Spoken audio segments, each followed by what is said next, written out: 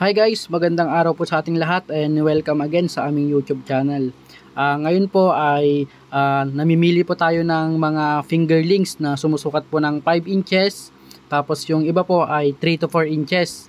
Ayan, katulad po niyan ay nasa 5 inches na po yan. 5.50 inches or 5.5 inches. Ayan, andito po tayo ngayon para po pumili at mag-pick up po ng i-deliver po nating fingerlings doon sa Ordaneta, Pangasinan, Barangay Katablan, doon kay Boss Ilesio. Ayan, i-deliver po natin ito. Ito pong pagdi-deliver na ito ay special order po, kung saan siya lang po yung di-deliveran po natin. Ang i-deliver po natin dito ay 5 inches, tapos yung iba po ay 3 to 4 inches. Ayan. Itong i-deliver po natin na ito ay pagtatrial lang po ng ating customer. Ayan, kung napapansin nyo naman yung mga fingerlings ay napakaganda. Ayan.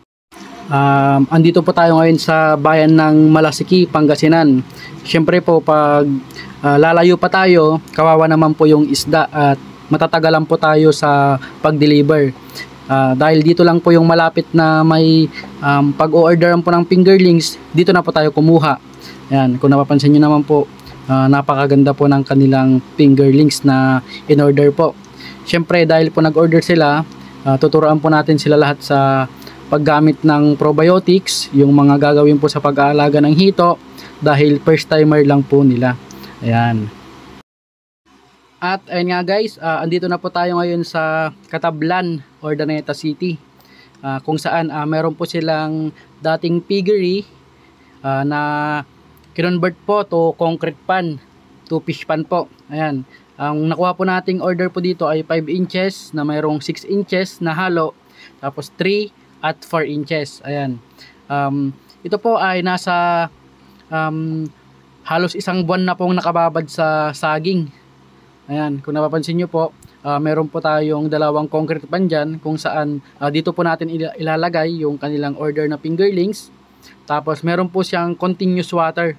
Ayan. Tapos ito naman pong dalawang ito, ito naman po yung tinitreatment po nila. Ayan, kung napapansin nyo, meron din po siyang katawan ng saging.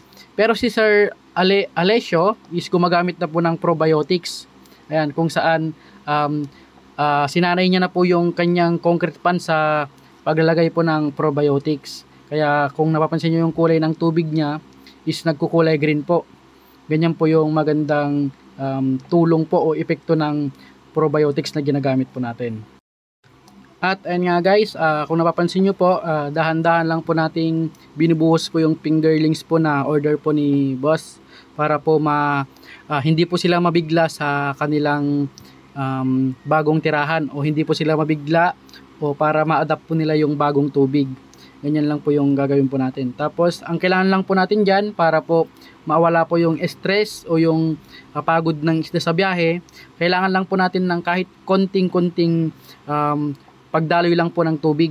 Parang continuous water lang po siya, tapos may lumalabas din po dun sa labas para hindi po ma-stress agad yung isda. Ayan, ganyan lang po yung mga dapat po natin gawin. At ang mga pinag-usapan lang po pala namin nung may-ari dito or yung bumili dito, syempre po dahil po sa first timer po nila, tutulungan po natin sila sa pag-aalaga ng hito. Tapos kung ano po yung mga problema po or kung ano po yung mangyayari na hindi maganda, kukontakin lang po tayo dito sa atin.